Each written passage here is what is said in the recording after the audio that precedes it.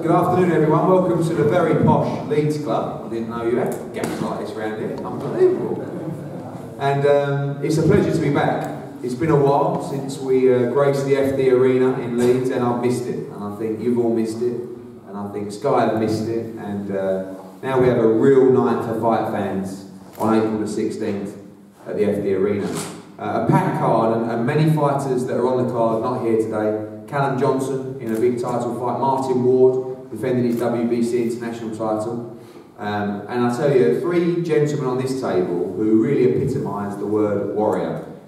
As a promoter, sometimes it can get quite frustrating. You're trying to make fights, and you know, the teams, and the trainers, and the managers, they don't like him, they don't like him. With these three, you can basically send them whoever you want, and you'll get the answer, yeah, he'll do. And that's really the case with Dave Ryan, Stuart Hall, and Josh Warrington. These two to my right have what can only be described as career-defining fights on April the 16th. Firstly, to talk about Dave Ryan, a guy who we've seen have a number of wars with John Wayne Hibbert. You know, although John Wayne Hibbert is a friend of mine as well, we all know he was very lucky to get the decision through Dave's injury at the O2 for the Commonwealth Light Welterweight title. Dave is now mandatory for that title. He certainly wants a rematch, he certainly wants that belt again.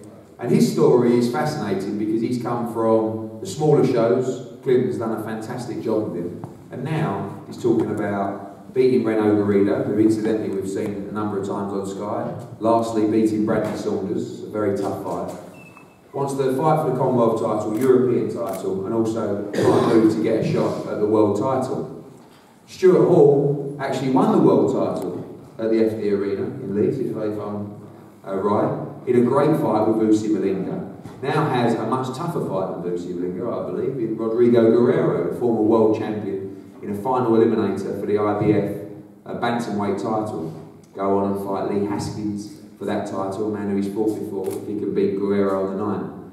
And of course your very own Josh Warrington, who has an absolute war against Hisashi Amagasa. This fight has gone down incredibly well in the boxing fraternity. I think we're very lucky to have huge support and passion in Leeds that, quite frankly, they'll turn up to watch him fight anyone.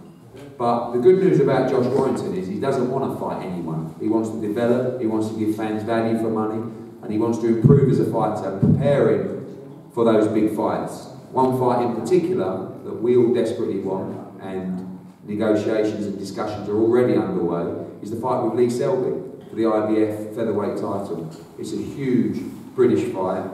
Ellen Road is the obvious choice. Headingley as well is also considered. And that's a fight that I believe is a hell of a lot closer than some people say it is. I think you get Lee Selby up to Leeds in front of 40,000. This is going to be an interesting night of boxing. No doubt about that. Two great fighters. But first, he's got to get through Hisashi Amagasa. I think probably nearly 6 foot, Amagasa.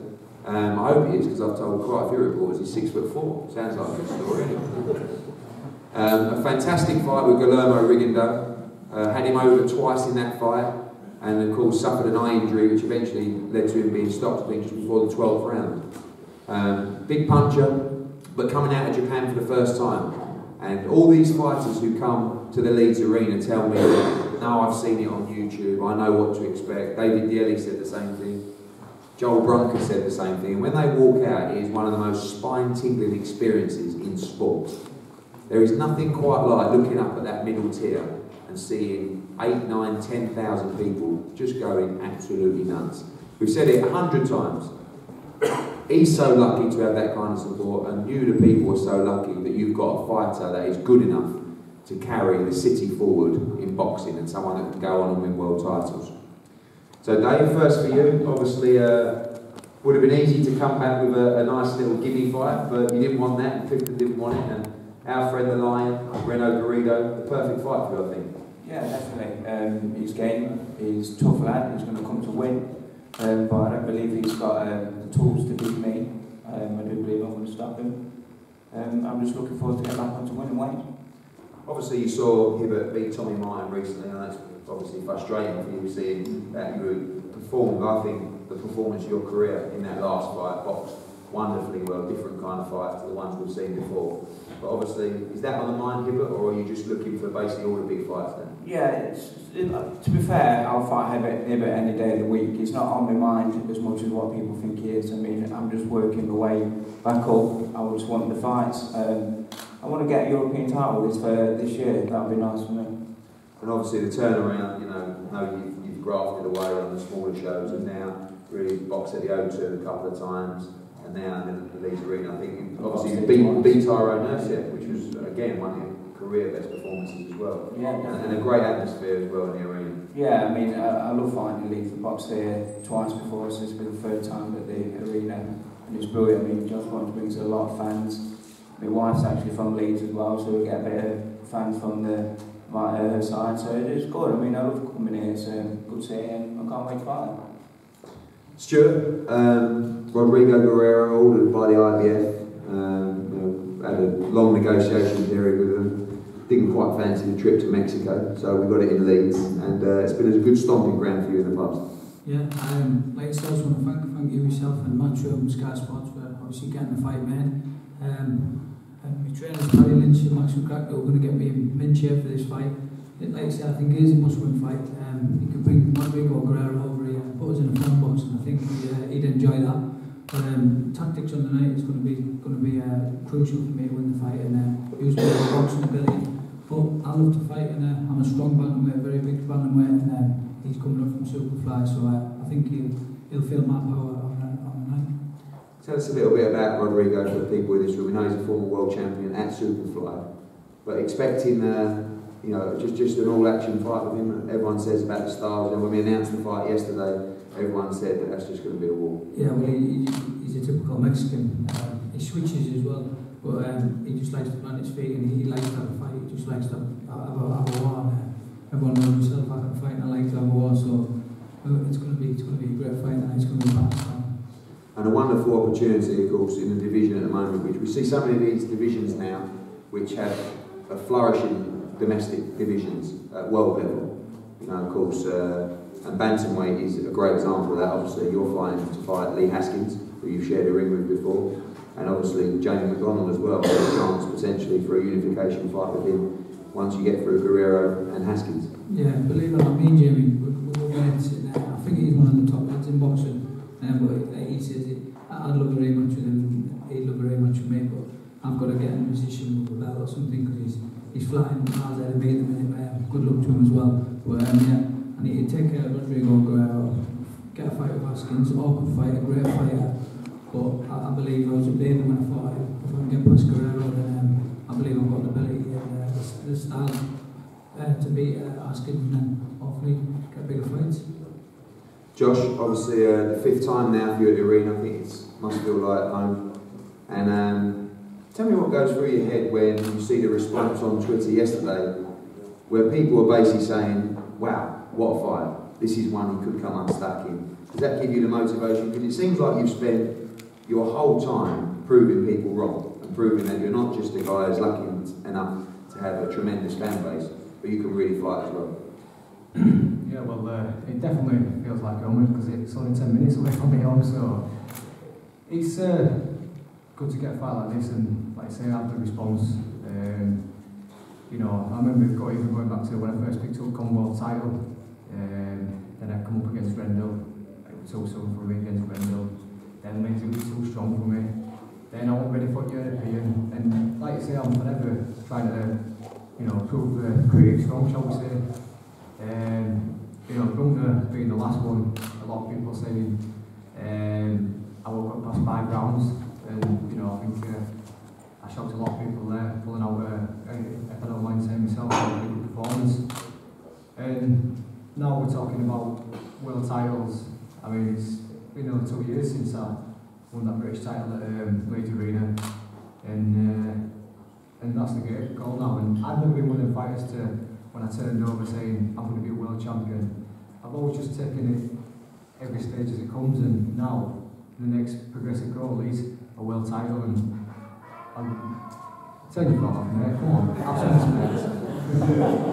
I've done nothing more than to win a world title back to That's a right show, that, by the way. I've nothing like to win the world title back to Leeds and fight someone like Amagassi, you know, hopefully should give me a bit of credit, and I'll prove to a lot of people that I can go on and win a world title.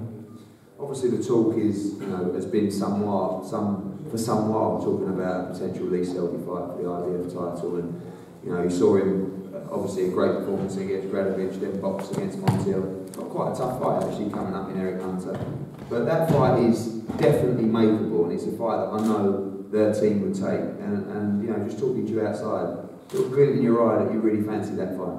100%, I fancy it, but it's boring me a little bit now because beforehand he wanted to go crack America and he wasn't interested. I wasn't big enough for him, and then let's be honest, he did box great against Montiel. Every fight was a bad night, but since that performance, he's come back shouting that he finally wants to fight and he wants to come to Leeds and cheer me and this and that. And I've been not respectful towards Lee Selby. I've been patient, but it's getting a little bit tired now with the crap is coming out with talking about I'm looking at bigger things. He's looking too far ahead, in my opinion. He's forever talking about Santa Cruz and the other champions of the division. Really needs to focus on the fight, who's in front of him. Eric Hunter is a dangerous fight. And if he goes over there, or if he fights over here against Eric Hunter again, and performs like he did against Montiel, then he might not keep champion. So he needs to focus on that, and I need to focus on my fight. And if he gets through that, then we can really start talking about the fight. I know people at Leeds would love to see it. Anywhere I go around Leeds, normally the first two things they say to me is, "How's it going, Josh?" and "When are you going to chin that lad from Wales?" So, I think people from all woodworks would come out to watch it, and it'd be a special occasion. But just keep hold your world title firstly, and get through your next fight, and then we can start talking before you keep on chopping some more. Obviously, it would have been easy for you with the Selby fight on the horizon to have a warm-up fight or a gimme fight, but that's not really in you. And Amagassa, you've seen, and I'm sure you've watched with your dad as well. And a tough fight, very tall. How are you expecting that fight to map out? It's not going to be an easy fight. Like I say, he's got a bit of bite. He's got a bit of power. 20 KOs out of his 30 wins. He knows how to put people away. And he just keeps on coming, as you see with Rigondo. He took some punishment off Rigondo, but he never stops coming. And with my fist, I don't know how I'm going to keep him off. But, listen, this is the fight what I need to show people that I can go to the next level. I want to, if we move on to Welling Road, I want to get a full house, and I want to get like the critics, because I've got a lot of critics just because I'm from Leeds. But I want to try and get them on board, and a lot of them are saying this is a tough fight for him. If you can come through this, then you're looking at Lee Selby and Josh Warrington as a 50-50. So we'll have a game plan. I'll leave that to my dad and team, and you'll see on April 16th that we'll pull out another good performance and march on together. We can't wait for the atmosphere, the music. Last time we stopped the beers 15 minutes before walk on. It was one of the best things we've ever done, because everyone went down to pick up their beers to throw it in the air and realised they'd already drunk it.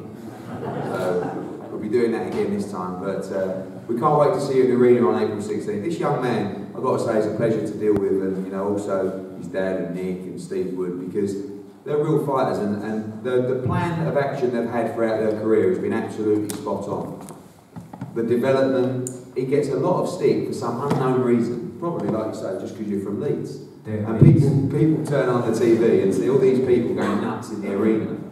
But yes, that's right. And he deserves it, because actually, when you look at his resume and the people that he's boxed, I think the victory against Amagassa, when that's over, that's as credible as Lee Selby's record for sure. And I think that's a 50-50 fight, I really do. So I really want to make that fight badly. I think it's a huge event for the city of Leeds. And like I said, both got really tough fights coming up, but we thank you for your support. We can't wait to see you on the April 16th. It's going to be a great night, some real 50-50 fights, some great championship boxing. And like Josh says, let's march on together to this world title fight in the summer. Thank you very much, all the guys here available for one-on-ones. We'll see you soon. Thank you.